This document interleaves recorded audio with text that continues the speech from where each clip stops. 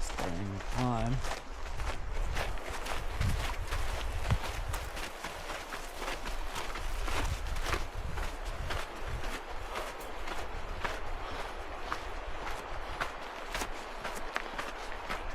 All right.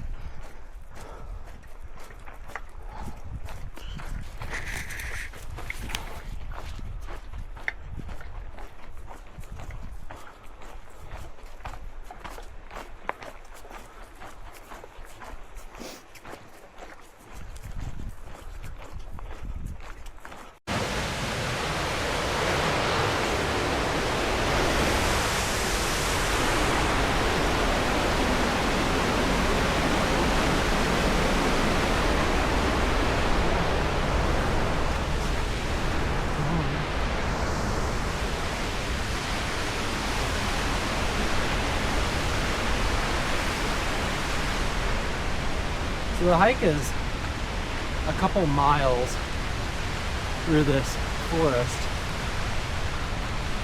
and then it really opens up.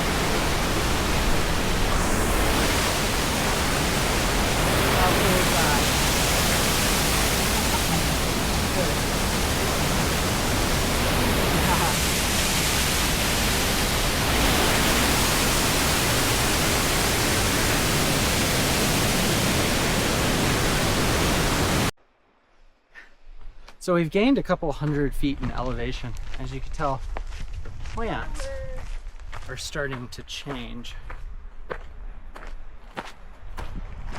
because this area gets a little more snowfall, I think. And the hike is more or less leveled out, at least for this stretch.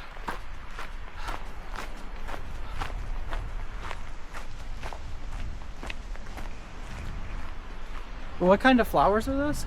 Lupin. Lupin, okay. So we're starting to see lupin all over the place. But I think probably within another 10 or 15 minutes, this trail is really going to open up as we get out of the forest. As you can see, look at the meadow over there, and the insects are just absolutely loving it. Anyways,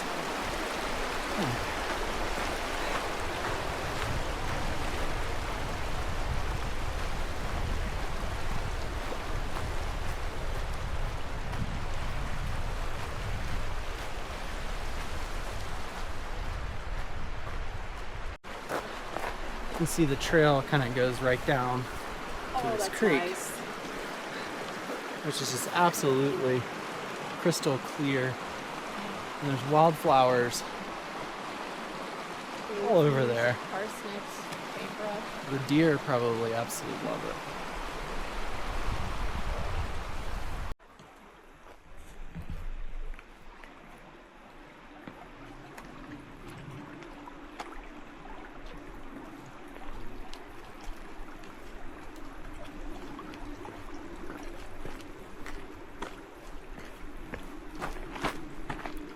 So we've gained right at 600 feet of vert, and the trail's really leveled out, which is pretty nice.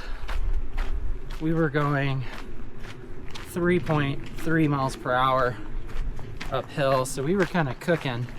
So we got a later start to the day because I went by REI and got some trail running shoes rather than my hiking boots.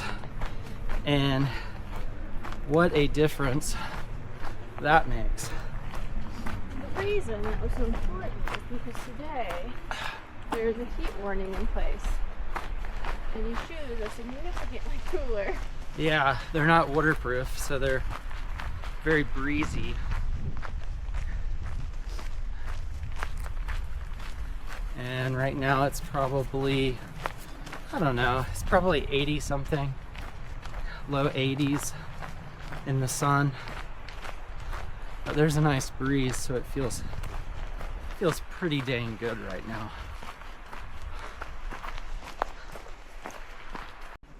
As you can see, the wildflowers are just popping up here.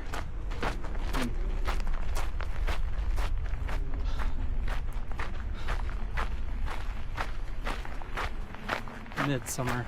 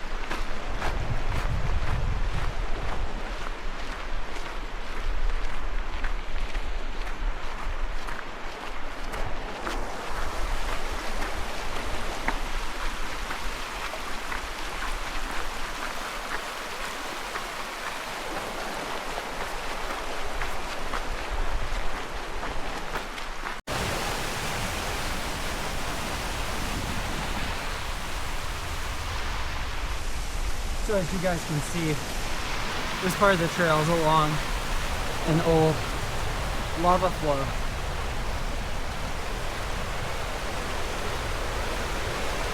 No idea how old it is, because you'll see there's still barely any vegetation over there, but probably in the thousands of years old, because it's covered with the same fine ash that's everywhere on the trails here. And that ash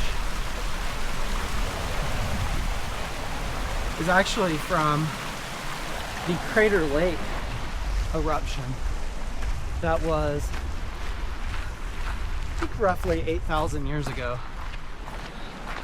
It really buried this entire place in ash. It's like Mount Bachelor. It's completely covered in Mount Mazama ash. It's just absolutely beautiful here. Now some views are opening up, as you guys can see over there. South Sister, and I believe this is Broken Top up ahead. It's kind of hiding behind this tree. And that's stunning. But we were strategic in our choice to hike midday, because although it's definitely hotter, it's not unbearably hot. The humidity is essentially non-existent, so we're actually not that sweaty. But the big advantage of hiking midday like this is all of the tourists, they get started fairly early on Sunday because they have to drive home. And mosquitoes up here are not bad midday when it's so hot. We definitely have encountered some in the forest bits, but out here there's a light breeze and we're wearing long pants because of the mosquitoes in the forest, but it hasn't been too bad. So now the trail is really mellowed out. You can see South Sister is just over there. The Green Lakes are just ahead of us, not too much more vert. We've got just over 1,100 to get to this point in an hour and a half. So we're doing pretty dang good. This is actually the third time we've tried to do this hike this season.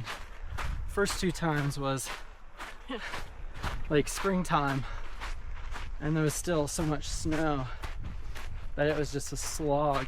Yeah. We had snowshoes on, but the issue was the trail was not really marked and there were so many little side paths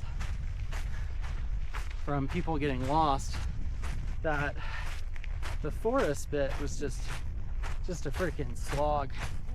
So we made sure to wait until all the snow melted this time.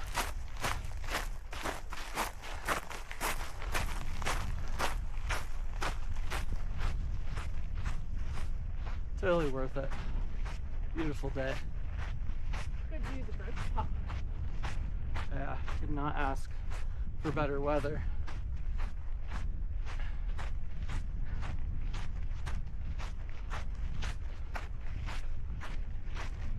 I was debating putting on my sun hoodie, but actually there was more shade than I'd remembered. I'd done this hike a couple of years ago with a friend of mine when I lived in Florida. We had no idea what we were doing. There was still some snow everywhere. It was also before there were permits required. Yeah.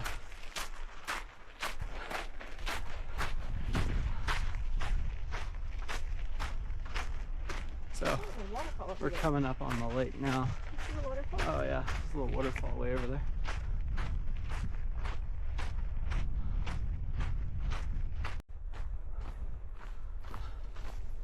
So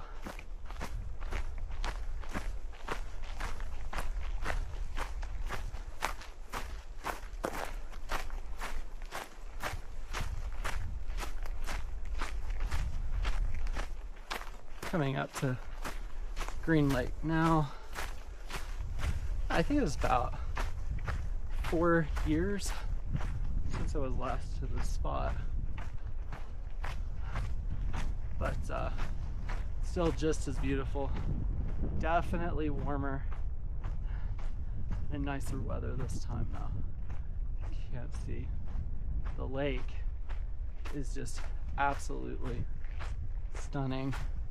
It'll make a nice spot to take a little break.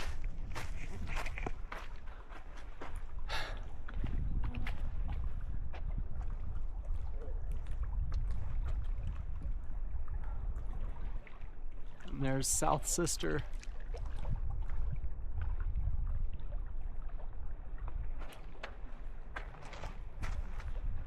And Broken Top, which blew its top.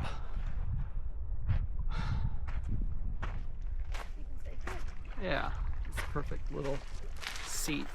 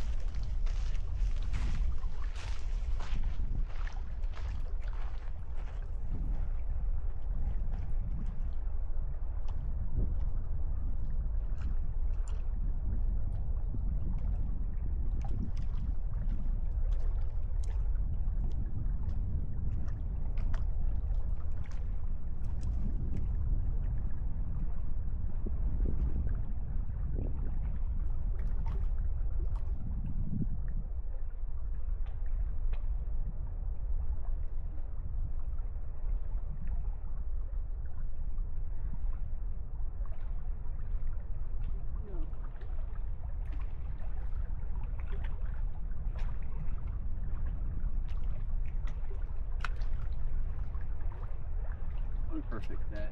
It's really nice. Yes. What do you think that is over there? What? Like where it looks like there's like a little landslide that happened. I don't know.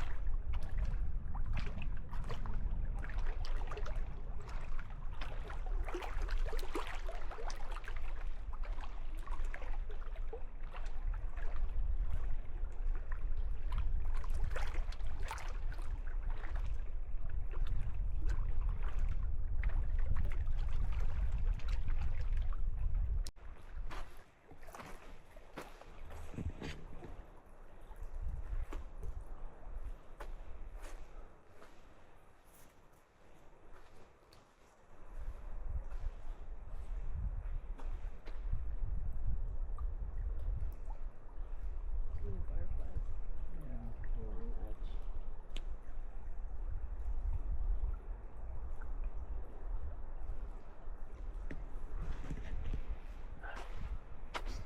So we're doing really well on time. We sat here for probably 10 to 15 minutes, had something to drink, and let our backs and our shoes dry out. Oh, there's a little chipmunk. Hey, little chipmunk. So since we're doing so good on time, we're gonna try to hit another one of these lakes called Moraine Lake. We'll add a couple more miles to our day. We'll probably do, I don't know, 13 miles total, something like that. Which it's absolutely flying by because I've got these Ultras, which they're not waterproof, but you don't really need waterproof shoes this time of year here. So they're super breezy and light. They're making an enormous difference on our speed. I think we've been averaging right about 3.5 miles an hour, and a little less, which was, we were absolutely cooking up some of the switchbacks that you guys didn't get to see because I was breathing too hard. You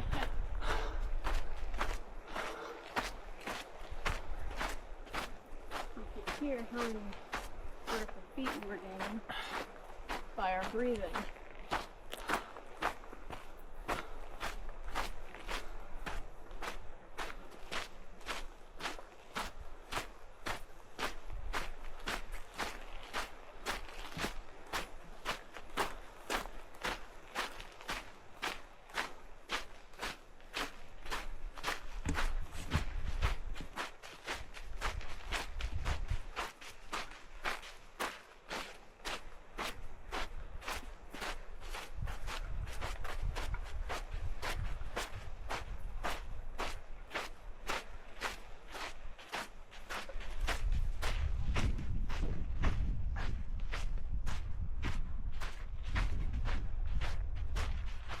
This is all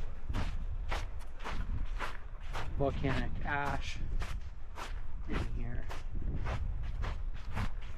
As you can see, the lava flow that we were hiking along earlier, you can see where it came down.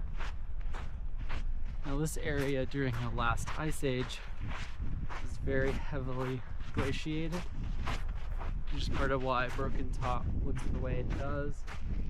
You can actually still see the big glacial cirque cut into South Sister. You can imagine this whole area was under hundreds of feet of ice. It was just all smoothed out. But that lava flow has been since the ice age ended.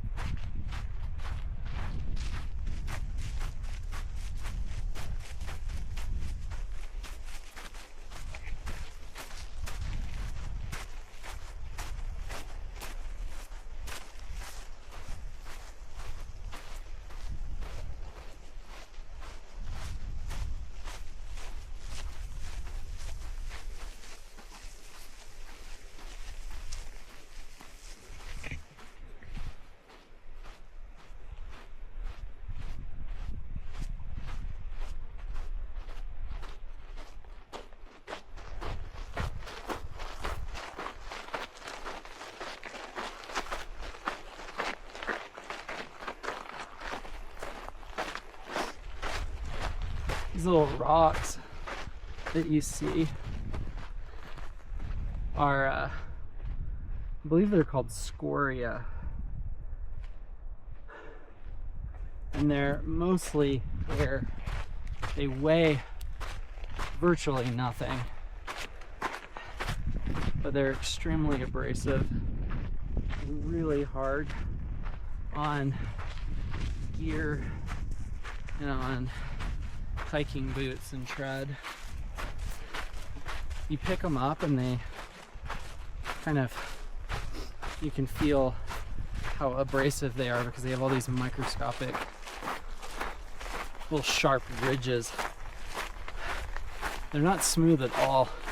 In fact, they kind of stick to your fingers almost. Sandpapery. Yeah.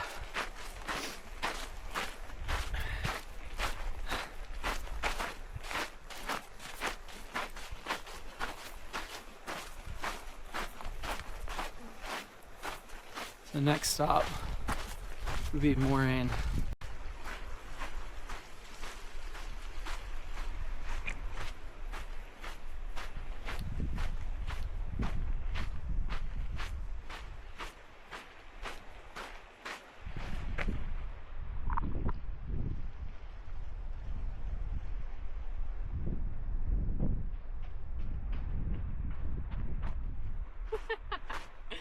I was getting a photo.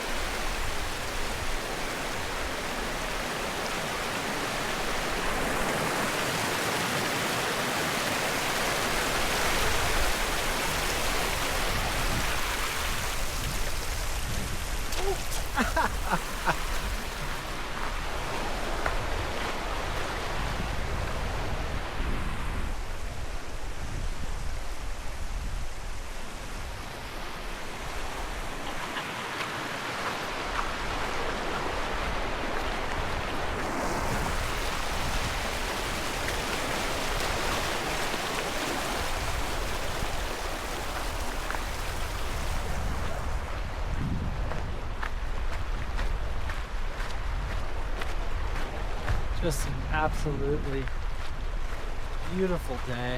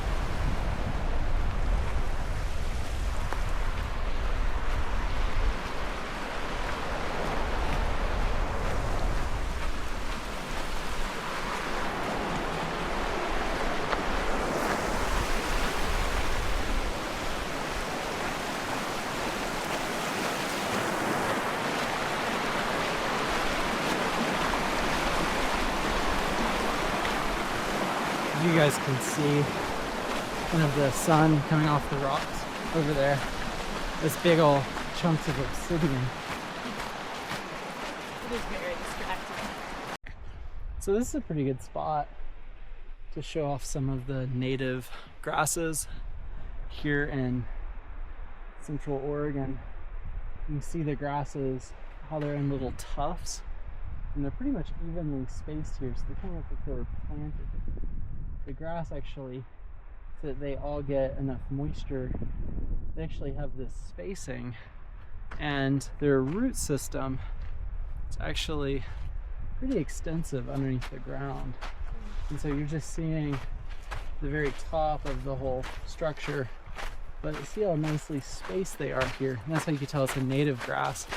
There's actually quite a bit of invasive grass species here in Central Oregon that do not grow that way. They're actually much closer together. Thankfully, we're not seeing here. Yeah, I don't think we're seeing any here. But we learned about this with the Deschutes Land Trust. Yeah, you're watching the Deschutes Land Trust Sailing the Sagebrush Sea video. It's a lecture, basically. It's very informative. It was really fun. Unfortunately, they only do those talks in the wintertime. I guess they figure people are too busy outside to go and listen to a lecture in the summer.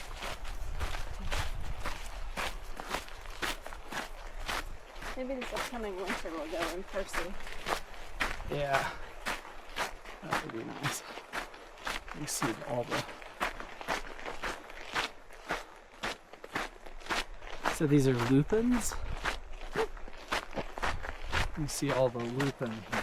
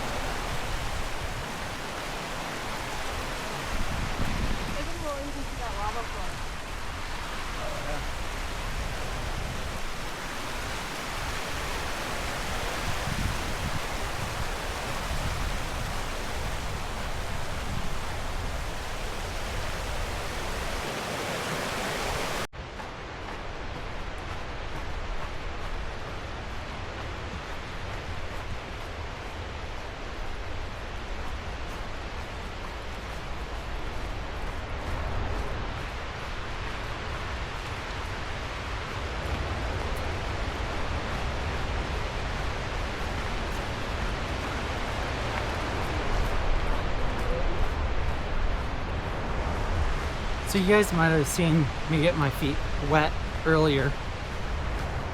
That was probably 10-15 minutes ago. And my feet are already, they feel like completely dry, basically. So it's really nice how quickly these shoes dry compared to my hiking boots, which are waterproof and insulated hiking boots. Yeah, it just feels like my feet are in a sauna the whole time.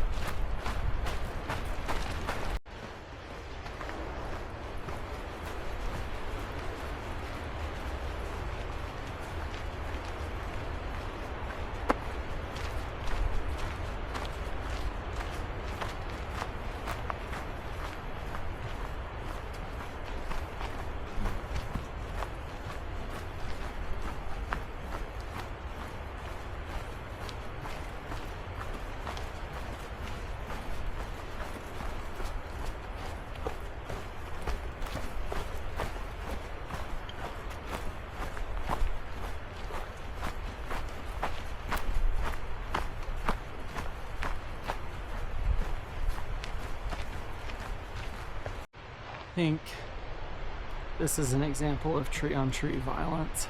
You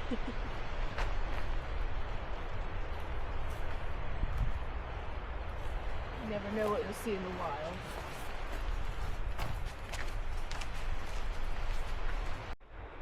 So when you see all these trees, I don't know how well you can see in the video, but how they're kind of having to grow up at an angle, you can tell that the slope of the ground has changed since the trees started growing.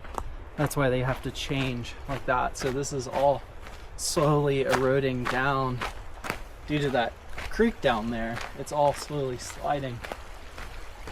So as you can see, this is another good example of the native grasses here, how well spaced it is. And this area is just exploding with wildflowers. The bee